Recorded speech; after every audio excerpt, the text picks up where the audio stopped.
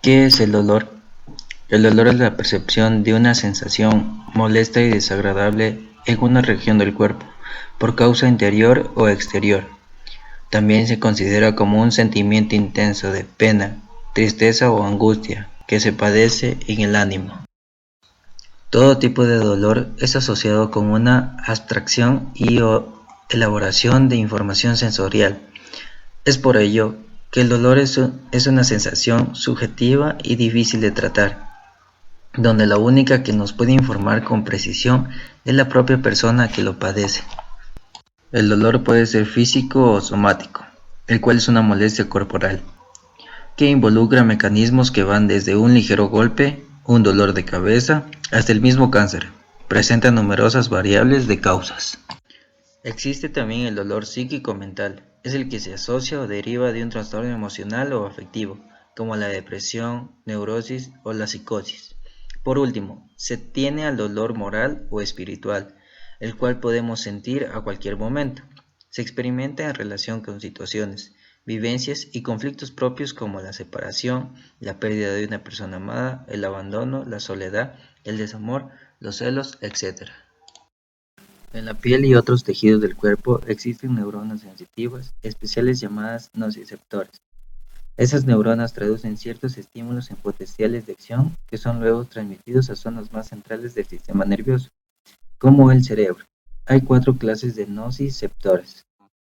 Los nociceptores termales son sensibles a temperaturas altas o bajas. Los nociceptores mecánicos responden a una presión fuerte en la piel que se produce con cortes y golpes. Estos receptores responden rápido y a menudo provocan reflejos de protección.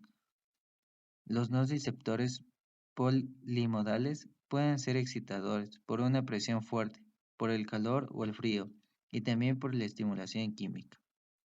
Los nociceptores silenciosos permanecen callados, de ahí su nombre, pero se vuelven más sensibles a la estimulación cuando hay una inflamación alrededor de ellos.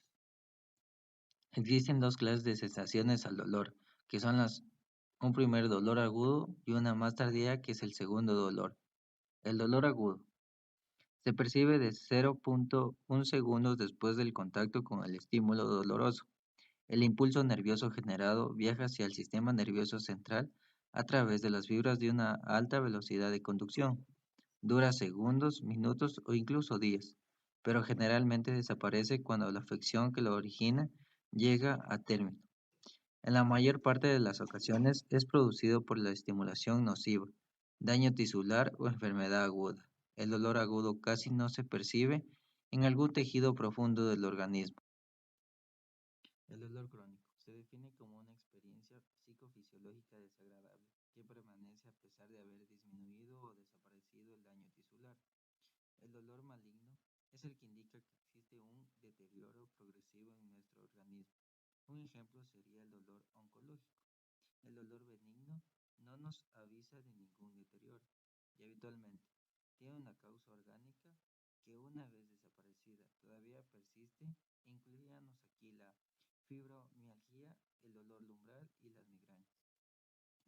Sensibilización periférica. Se produce cuando una estimulación normalmente no nociva en la piel produce una sensación de dolor, o cuando estímulos dolorosos se perciben con más intensidad de lo normal. Alodinia o hiperalgesia primaria, que se observa en el territorio dañado. La alodinia o hiperalgesia secundaria, en este caso la sensibilización se observa también en los territorios cutáneos vecinos, que no han estado directamente implicados en la lesión. En este caso, solo los estímulos táctiles desencadenan dolor, pero no los térmicos, lo que sugiere un mecanismo diferente entre la hiperalgesia primaria y la secundaria. Localización del dolor visceral. El cerebro no sabe por experiencia que existen órganos internos distintos y, por lo tanto, el dolor procedente del interior del organismo se localiza de manera vaga. Las sensaciones del abdomen y del tórax se transmiten al sistema nervioso central por dos vías, la visceral verdadera y la vía parietal. Dolor visceral verdadero. Se transmite por las fibras sensoriales de los nervios del sistema nervioso autónomo y las sensaciones son referidas a las zonas superficiales del cuerpo que están alejadas del órgano que duele. Las sensaciones parietales se conducen directamente a los nervios raquídeos desde la hoja parietal del peritoneo, de la pleura o del pericardio, y estas sensaciones suelen estar localizadas directamente sobre la zona dolorosa. Cuando el dolor visceral es transmitido a la superficie del cuerpo, la persona lo localiza en el segmento del dermatoma a partir del cual se formó dicho tejido en el embrión. Estas áreas de la superficie corporal envían sus propias fibras sensitivas a los segmentos medulares correspondientes. Neuropatía periférica. Los nervios periféricos llevan información hasta y desde el cerebro. También llevan señales hasta y desde la médula espinal al resto del cuerpo. La neuropatía periférica significa que estos nervios no funcionan apropiadamente. Esta neuropatía puede ser un daño a un solo nervio o a un grupo de nervios. También puede afectar los nervios en todo el cuerpo. Normalmente puede afectar nervios sensitivos y o motores de forma aguda, diversos tipos de intoxicaciones o de forma crónica. La sintomología depende del nervio o función afectada. Si compromete la función motora, se manifiesta como debilidad y atrofia progresiva del área afectada. Si predomina la afección sensitiva, puede manifestarse por disestesias, que puede ser trastornos de sensibilidad, ardor, quemazón, hormigueo y pesadez, hasta el dolor de tipo neuropático, de leve a máxima intensidad. Los tratamientos van desde tratar el dolor hasta tratar la enfermedad causal, ya que la neuropatía motora, si progresa, puede dejar secuelas y no tiene un tratamiento. El dolor fantasma. El dolor que los amputados sienten a veces en el mismo miembro que han perdido. Es debido al hecho de que, cuando los nociceptores están dañados o ausentes, las neuronas de la médula espinal que transmiten los mensajes de dolor a veces se vuelven hiperactivas.